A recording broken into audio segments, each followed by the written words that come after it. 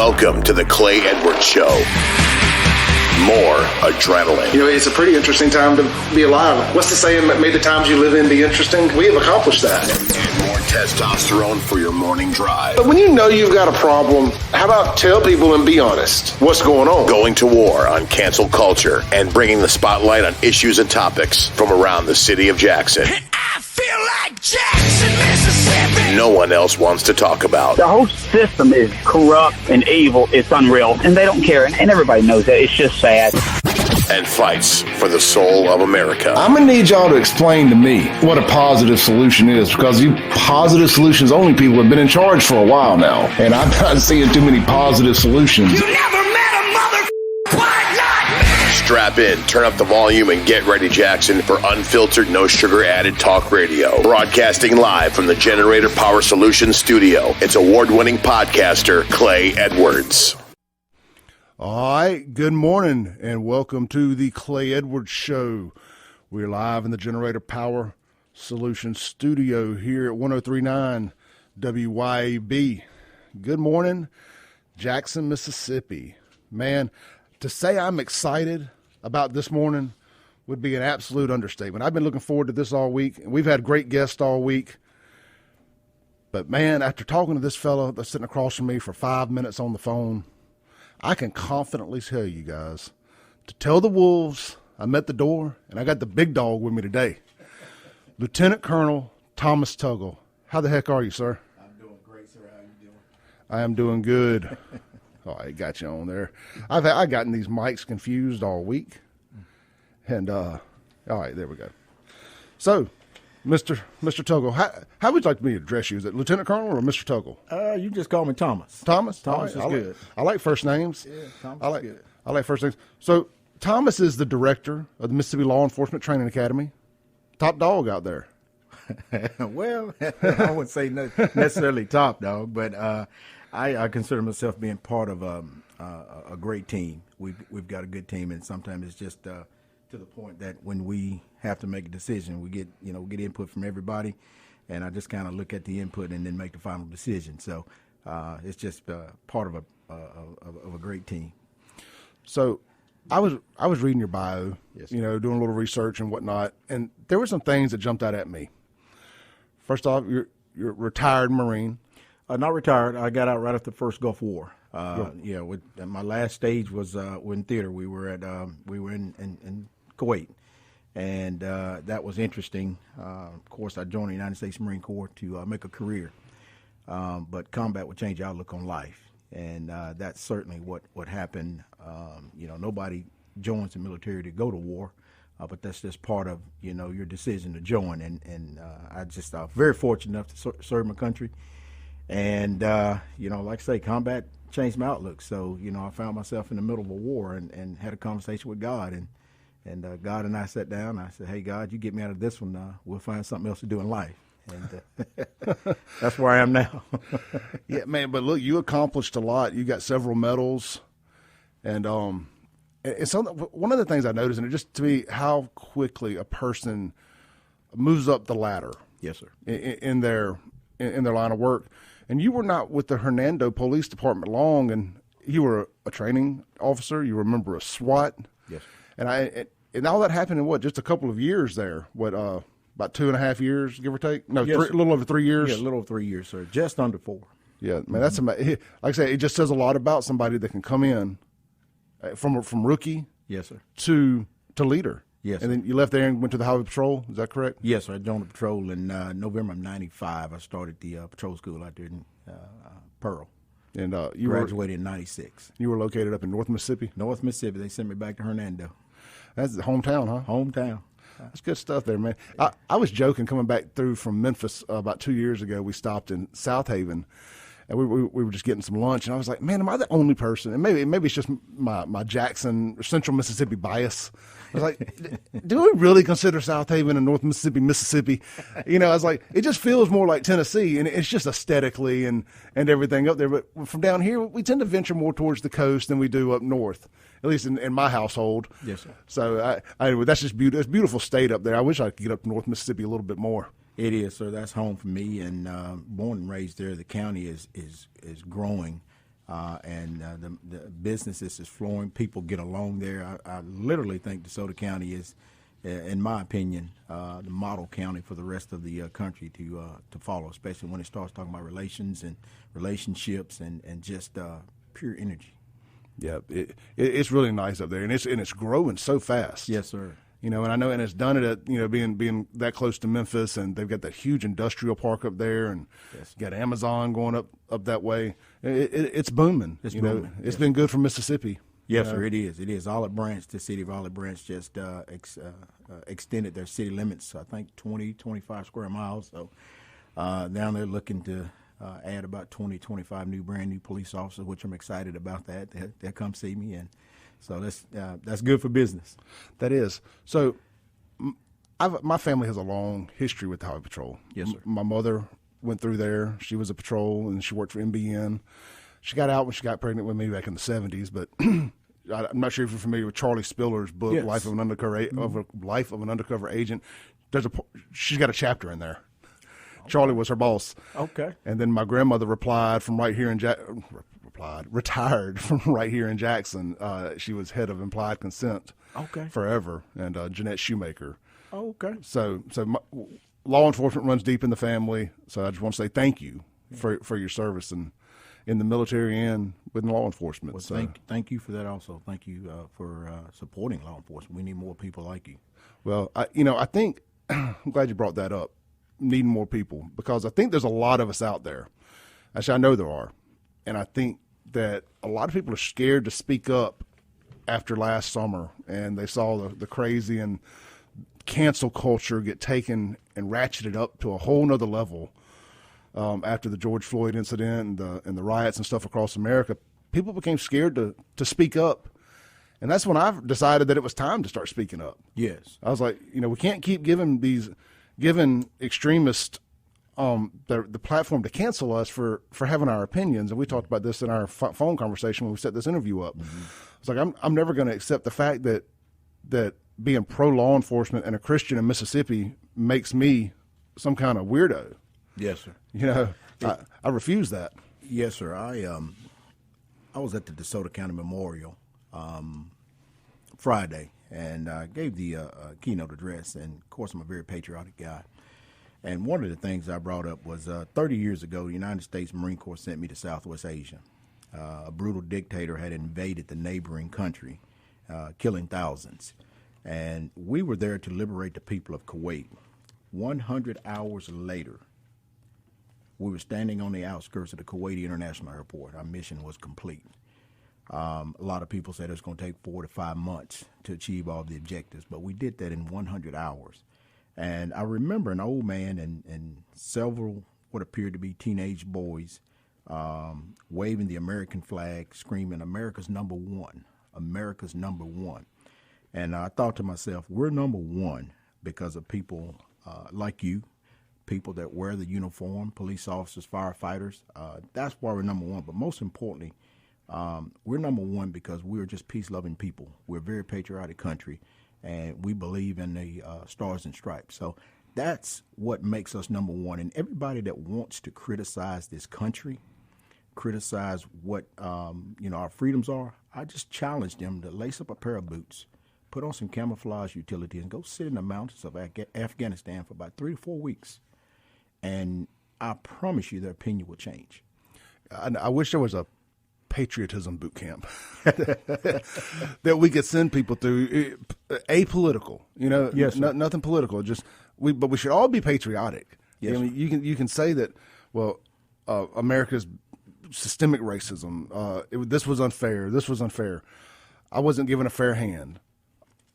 I was listening to something this morning on my way in, and I missed it the first time I heard it. Mm-hmm. But you said that you were raised by a single mother. Single mother. So you overcome that adversity. Yes. If that's even an adversity. I mean, look, there's some strong women out there that'll chase your tail and and keep you in line. I'm guessing your mama had her hands full with you.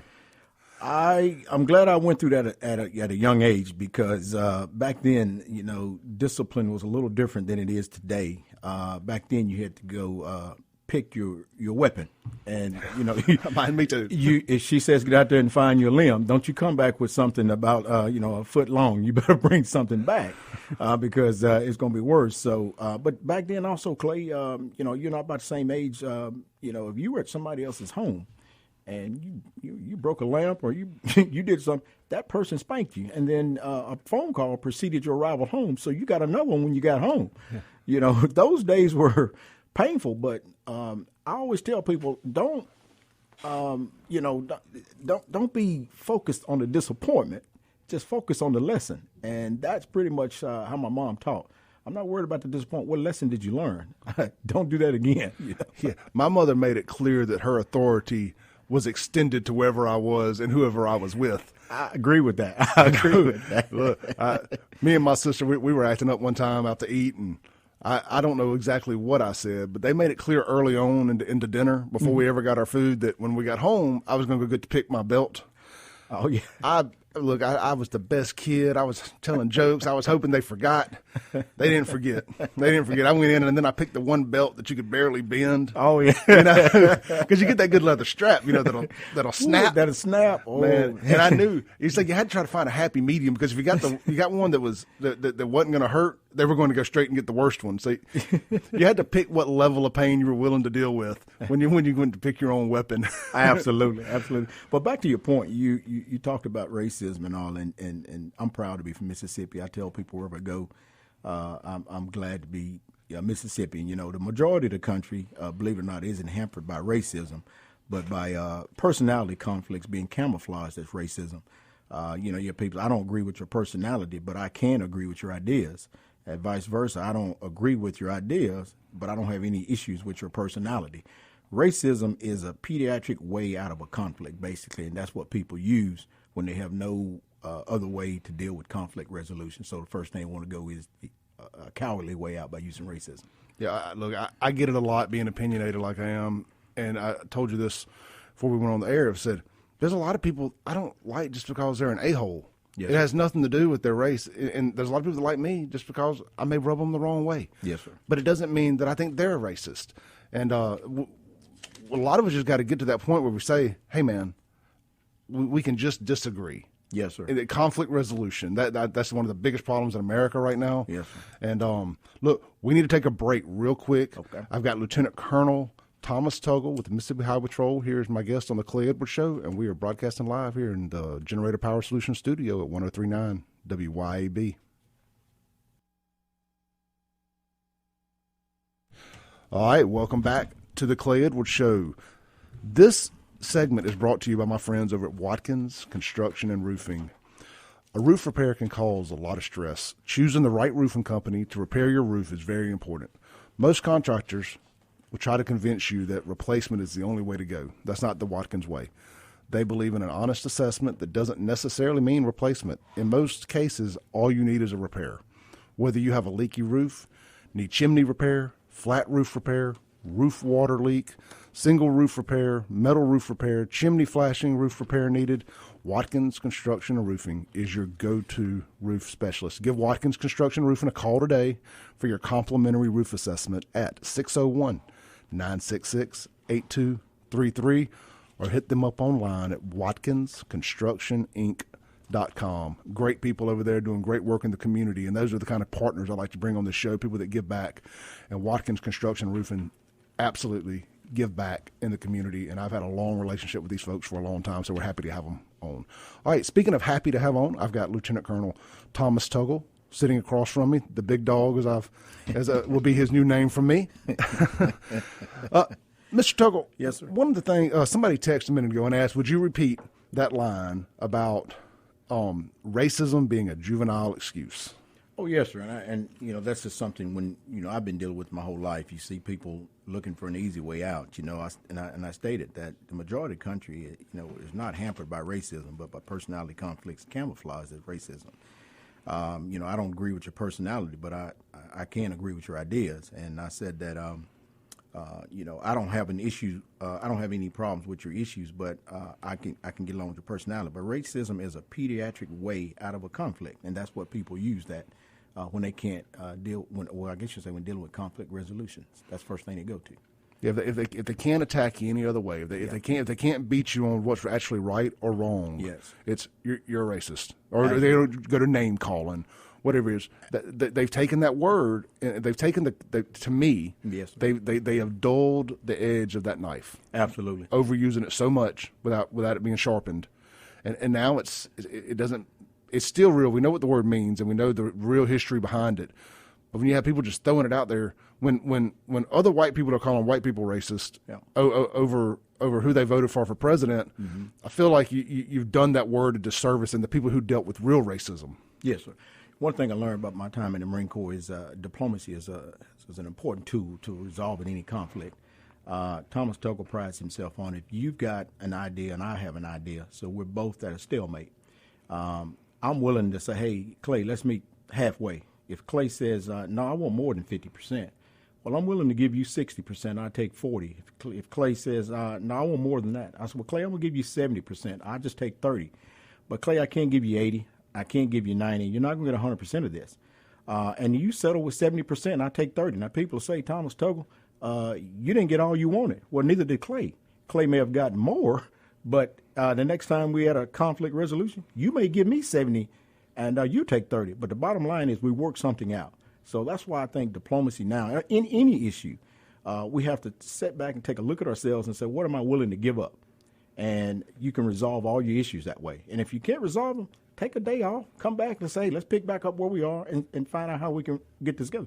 But, using cop-outs or easy cop-outs like racism or just your own self-inflicted wounds to resolve an issue is not going to get you anywhere. Now, you tell a great story about, and this reminds me of a good story my buddy Fred Harley told me about his first day at the Marine Corps. You tell a story about two guys and the diversity at the academy. Yes, sir. And I think it's very important. Diversity is another word that people hear and they cringe a little bit, but the diversity used properly is an amazing tool. Yes, sir. And I believe the way the military and the way the academy does it is right. You'll take a black guy from Inner City Jackson. You'll take a white guy from North Mississippi.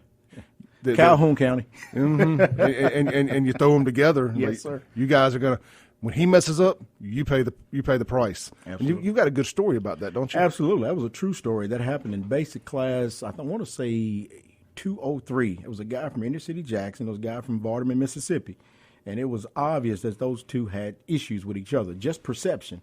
So we made them bunkmates. The guy from Jackson, he used the magic shave, and the guy from Byram had the smokeless tobacco and all. So they had serious cultural differences, but they were bunkmates. And you can see both of them were uncomfortable with each other. But when this guy's wall locker, his bed failed inspection, they both got them paid for it. So they learned to depend on each other. And after about 3 weeks of being in that heat, they looked at each other and said, man, can we just agree to get along? And the other guy said, I've been wishing you to said that 3 weeks ago, and they became best friends. And believe it or not, at the end of that class, Clay, the guy from Byram made the guy from Inner City Jackson a groomsman in his wedding. Yeah. That's how close they got. But they were willing to set aside their differences and learn about each other. And that's one of the beauties of what we do out there, educating the heart. As you were educating the mind without educating the heart is no education at all. And that's what we teach our students. Law enforcement is a selfless profession. Our students go through that transition when they come to that academy. They get rid of that selfish attitude and learn that they have to, look at everybody else and say, hey, you make those sacrifices. Yeah, I've got a guy at work, and you don't have to be in the military or law enforcement to deal with those same type struggles, mm-hmm. or overcoming preconceived notions of people, or overcoming their preconceived notions of you. Yes. And I've got a guy at work. We're great friends now. But when I first got there, he was the big dog, and I was coming in kind of at the same level. Mm-hmm. Man, we butted heads a good bit. And we finally, one day, it just clicked that, hey, man, we can keep butting heads because we're so much alike. Yeah, okay, I got you. Or we can finally just agree. He needed Saturdays off. I needed a day off during the week. I said, I'll tell you what, I'll work every Saturday if I can have Tuesday. Wow. And that way you got back-to-back days. You can go do what you do on the weekends. I can do what I do during the week. And it was that middle ground that maybe it's 70, maybe it's 30. Him getting Saturday may feel like him getting 70%. Yes. Because that's Saturday. That's back-to-back days. That's the weekend. Well, to me, I feel like I won that because if I get Saturday off, I may go spend $300 or $400 doing honeydews, you know. but on Tuesday, I'm able to run around and do radio stuff and set this whole thing up. So it doesn't have to necessarily be the same situation where it's founded on just two different cultures. It can be just two egos in the room. That's true. Yeah. You know, and one of the things you talk about, the jobs you work, and this is what I do when I talk about leadership. Leadership is all about nouns, and in the best case, proper nouns. When management becomes pronouns, you have a morale problem. Yeah, absolutely do. Hang on one second here. We've got a call. Are you cool with taking a call, Mr. Tuggle? Oh, yes, sir. Yes, sir. Well, they hung up. Oh well. All right. Hey, so one of the other things that we talked about, I found an article that you did, an interview. It was from a couple years ago, and you talked about it was the article was from WLBT, and it was a Mississippi law enforcement training aims to prevent trigger happy officers. Yes, sir. And a quote from you in there says, "And we run it through and through and through until it's second nature. And that's why we want these people to realize when they come through here that your decisions are pretty serious. You have to really think about the actions involved and what you're about to do." Yes. And I bring that up because I wanted to hit you with a little rapid fire about some of these big national incidents that the media has taken to paint officers in a bad light. And this being Law Enforcement Appreciation Week, I want to explain to people that when you're put into a situation, you don't go. These law enforcement guys are not going into this thinking, "I'm here to kill somebody." You know, they're there to save somebody else's life, then their own life, if need be. One of the ones that we talked about was the most recent one was the Micaiah Bryant. That's the one that LeBron James got involved in. It's the girl with the knife here recently, where the cop showed up. She did not comply.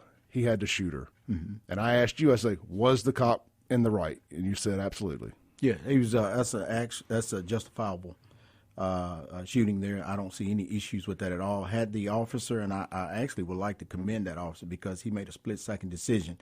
And you look at the actions of the individual there. Had that officer hesitated any longer, you'd have had two people dead probably, because she'd have killed the girl, and then he would have had no other choice but to kill the violator. So, no, that his actions was justified. And you talk about today's society, that's why I feel the 14 leadership traits are very, very crucial with entry-level officers. And one of those traits we talk about and we instill in the students is courage. And courage is that mental quality that recognizes fear of danger or criticism. Criticism today outweighs the danger aspect of what we're dealing with. But it enables a man or woman to proceed in the face of it with calmness and firmness. You know, we're constantly a focus of accusations and investigations that we often perceive as being unfair, and in most cases unfounded. However, we are now defending ourselves from broad-based charges of racism, bias, and unjust and unfair enforcement of the law. And as a trainer, we talked about it, Clay, I often review instances surrounding the use of force. And unfortunately, in some incidents, and some of the recent incidents, I cannot justify the officer's actions. However, in just about every incident, I did find a common denominator, and that was noncompliance. Yeah, you know, and I told you that we discussed that a lot on this show, to say the least. Yes, sir. And just the whole platform in general.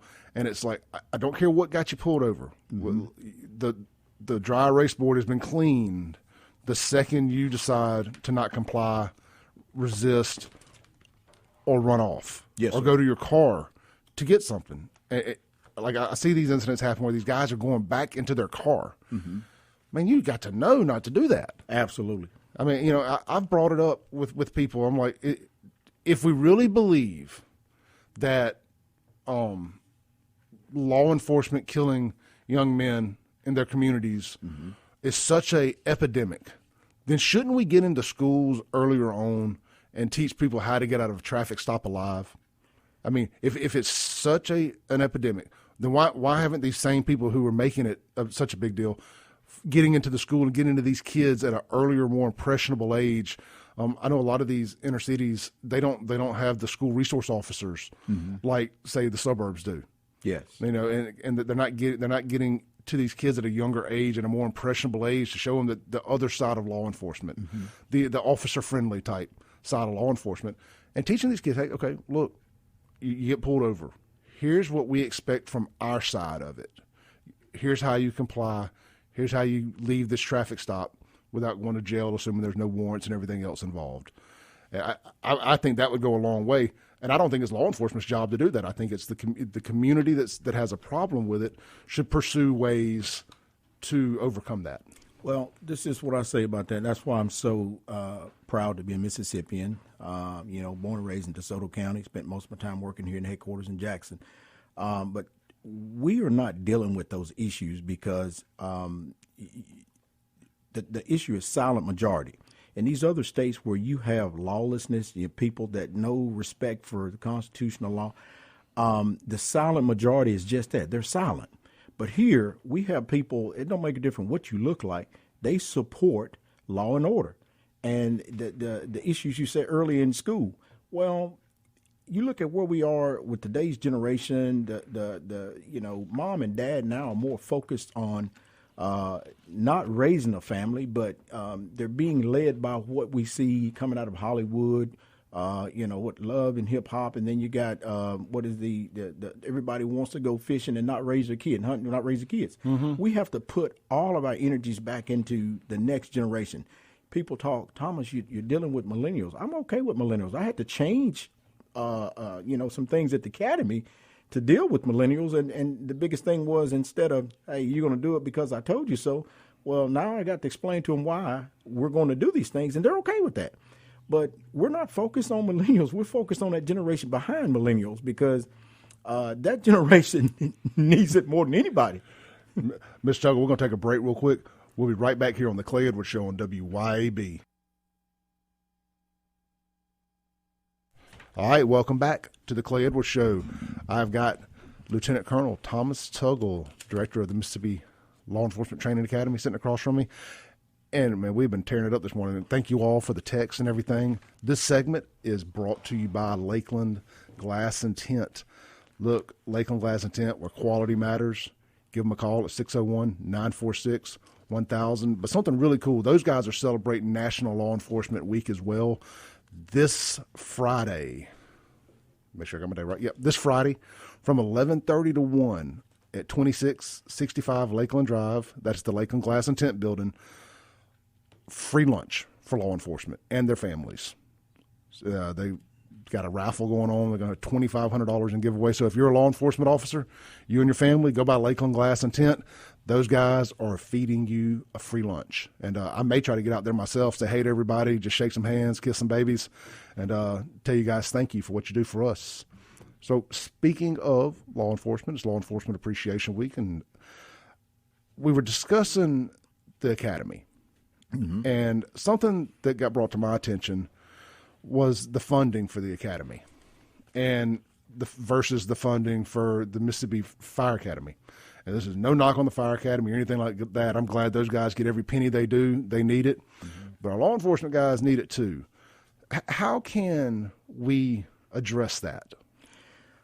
Well, I know that our leaders and state government have they really support us. One of the things I think that we need to find is a reoccurring funding source. Mm-hmm.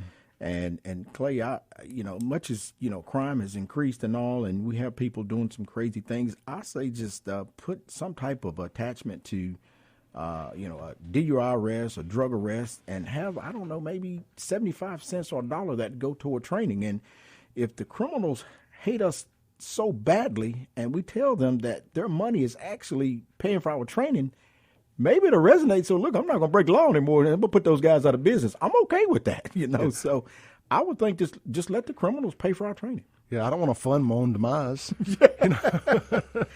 I mean, I'm just thinking logically here. I mean, I just have the bad guy pay for it. DUI, that $1 that ticket's going to go pay for police training. I think that's a great idea. I've been racking my brain for the last couple of days. I'm like, where do you? I was looking from another perspective of how do you charge citizens more? Where do you tax us at? But you don't. You tax those breaking the law. If you're not breaking the law, you ain't got to worry about paying for police training. I like that. And so it's $3,600 per trainee to go through the academy per recruit. Yes, sir. And we're looking at possibly raising that because of the way things are now. Food costs are up. And it's just it's real hard for that $3,600. You're getting a lot. Bullets are high. So we're actually on the back end of not even breaking even anymore. So we're starting to lose a little bit. So that fee needs to be relooked at. And I asked you off air about if people wanted to fund a recruit. Yes, sir. Like a scholarship type thing. Are there things already in place that they can donate to, or can they just do it independently and say, hey, if you got somebody that's earned it, that wants to come through, here's the money, we'll give it to them?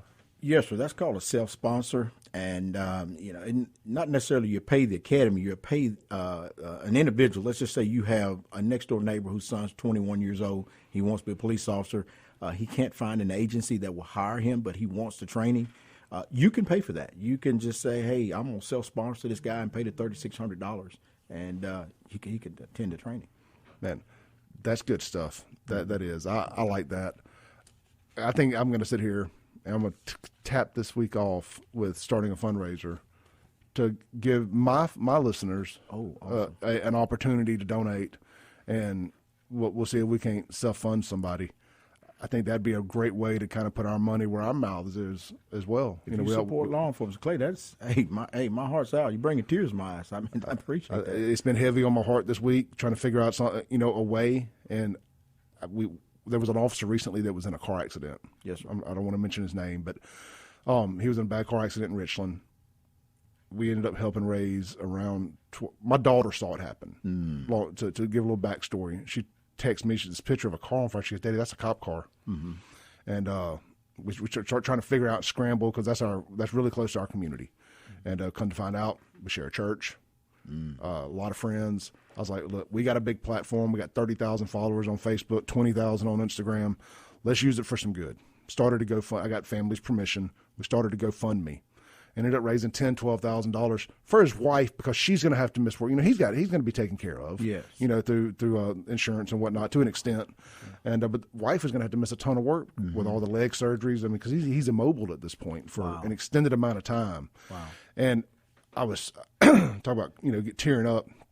I did, man. I teared up at the response from the community, and I thought to myself, I was like, well, man, if we can raise say $12,000 for that. If you got $3,600, we can almost do 4 guys if we could just match that. And I can't think of a better way outside of raising our kids right in church that we can give back to the community than helping put more law enforcement in our community. That's called humility. It's all about what is right. And, we talk about pride is worried about who is right. Clay, I can't thank you enough. For what we need more people like you supporting us, regardless of what's going on around the country. Those states that are dealing with issues with police, Mississippi has already gone through that. We learned early on in the 60s and 70s that we have to coexist. Those other states got a pass on it, so now they're dealing with it now, and they're struggling with it. So, if anything I can say this morning is if the rest of the country wants to know how to deal with police relations and dealing with the public, have them just come down to Mississippi and see how we do it. Yeah, I brought that up on yesterday's show with Bubba Bramlett and Paul Holly here. So I think Mississippi gets a bad reputation based on our old Mississippi. Mm-hmm. They're not taking into account our generation, the millennial generation, and the relationships that we have with each other. Yes. And, a lot of it is, it's a little separation. A lot of us are just a lot of folks have separated themselves from each other. But there is this underlying respect and or fear of messing up here. Mm-hmm. Like when we had the BLM protest in downtown Jackson over the summer, I couldn't have been more proud of those folks down there. There was no rioting. There was no looting. There was no burning buildings down. There was none of that you were seeing nationally. Mm-hmm. It was folks getting together and expressing their anger or disappointment in another way. Absolutely. Through a legitimate, there was that running joke all summer, a peaceful protest. It was a legitimate peaceful protest. And I think it turned a lot of hardcore conservatives' opinion around. Mm-hmm. And I'm looking in the mirror as I say this. Yes, sir. It turned it around. So, okay, there's a crew of people who are really affected differently, and maybe I need to look at what they're seeing a little bit differently. Yes, sir. Because they got out there and they acted right, and they showed me something different. Yes, sir. And one of the things that you harp on and traveling around the country in the South, I don't care if you from different walks of life, everybody in the South is going to speak to someone. That guy is not going to walk past you without saying, "Hey, how are you doing?" Yeah, but you go up north, you go some of these other states. If you try to speak to somebody, they're going to look at you like you're an alien. Yeah. So, look, man, that's that Southern hospitality. I open the door for everybody. Yes, sir. I shake hands, and I call everybody brother. Yeah. And I grew up being a huge Hulk Hogan fan as a kid watching wrestling. It's like, well, let me tell you something, brother. And man, it stuck. And now I call everybody brother. And like some people are like, why you call me brother? I'm like, we are brothers, man. We're all brothers. I don't care what color we are. Yeah. Any of that stuff. I'm starting you off with the greatest compliment that I can give somebody by calling them a brother. It's up to us at that point to maintain that. To maintain that. And I feel like if more people would just say, hey, I've said it to everybody that's been here this week. Yeah. You see a law enforcement officer out there this week, swallow your pride. You go, or you said something that I really like. There's the difference in pride and humility. Yes. Pride is thinking you're right. Concerned with who is right. Pride concerns who is right. Humility is concerned with what is right. What is right. Yes. If we can all swallow our pride and do what's right. And do what's right. And just go there, shake an officer's hand, tell them thank you. I'm not telling you to buy everybody's lunch, but if you find that in your heart, if Jesus leads you that way, man, buy the lunch, man. It's going to go a long way. Man, imagine you're sitting somewhere. Somebody buys your lunch, tells you, hey, man, great job, thank you. Imagine how good you're going to feel the rest of the day when you get back to work, whatever you do for a living. Absolutely. You talk, cops are upset, man, they deal with a lot of stuff. The divorce rate, the suicide rate doubled recently. I got it written down here. These are the most recent numbers I could find. In 2018, it was 167 suicides. In 2019, 228. And you know why that is? We are geared towards solving other people's problems. But where do we go when we try to solve our own problems? We are afraid to ask for help, so we try to do it alone, and that's a lose-lose situation. Yeah. And one of the other things, the divorce rate. Yes, sir. But it's arguable what it really is, but the numbers seem to be around 60 to 65%, where the national average for everyone else is 50%. And same concept, we forget that we're human. Mm-hmm. And that's why these guys they're so cold, they're not responsive to their spouses, and it creates problems. One of the things, that little study I said, it was like give your spillover. A lot of it was blamed on spillover, and it was like give your Leo some room. Oh yes, give him a little elbow room. You don't have to ask him how their day was. I tell my wife that all the time. I was like, it was work. Yeah. It was work. Let's leave it. Don't worry about it. Let's focus on us. When that door shuts, it's just us. Now, I had to do show prep and stuff at night, so it's a little bit different now. Yes, sir. But I just harken back to it being similar, just in the sense of compartmentalize. And it's harder for law enforcement to compartmentalize. Absolutely. Especially looking at some of the trauma that we deal with daily. Yeah. It's tough. My worst day, my boss is chewing me out. Their worst day could be seeing any of the worst stuff you saw on the news and cringed. Oh, yeah. Yeah, I'll go to an accident and see that one of the individuals involved in the wreck is decapitated. Yeah, that's crazy. Yeah. Mr. Tuggle, we're going to take one more break. We're going to come back. We're going to wrap the show up. Y'all are listening to the Clay Edwards Show here on 103.9 WYAB. All right, you're listening to the Clay Edwards Show. Thank you, Lieutenant Colonel Thomas Tuggle, for joining in today. But we've got one caller on hold real quick. We're going to chime in. Caller, you are on the air. Hey, Clay, it's Scott. Hey, Thanks brother. for taking my call. Real quick, Colonel, I want to run something by you with this officer-friendly public perception PR conversation you were having. I know it's a challenge for departments nationwide, and you don't control what happens after you graduate these guys, but I want your professional opinion. These unmarked vehicles on the highway, these Tahoes and Suburbans that are tinted out and decked out, but don't have light bars. They got the dash kits that I can buy on Amazon. When they pull people over and they get out, and these guys are, look like they're patrolling in Fallujah wearing all this tactical gear, that just doesn't seem to be going in the right direction for public safety. And, I would tell my wife with kids in the car, you can't positively identify that as a law enforcement officer, why would you stop for anybody in that situation? I wanted to get your thoughts on that. Scott, I'm going to let him answer that with you off the air. We got 40 seconds. Thank you, Scott. What you think about that? I'm with him on that. He's right. I've always been an advocate for uniform. I know there are specialty units where Those guys actually have to wear something outside of the professional uniform. But I'm a big advocate for the professionalism and also wearing the uniform. We're to the point now that the public is starting not to respect us because they don't see that uniform anymore. So he's got a great question, and I appreciate him raising those concerns. All right, Mr. Tuggle, I appreciate you. Thank you, sir. Thank y'all. Thanks for listening. Tune in tomorrow at 7 a.m. as the Clay Edwards Show discusses all that is going on in and around the city of Jackson. This concludes our broadcast day. Right here on 103.9 WYAB.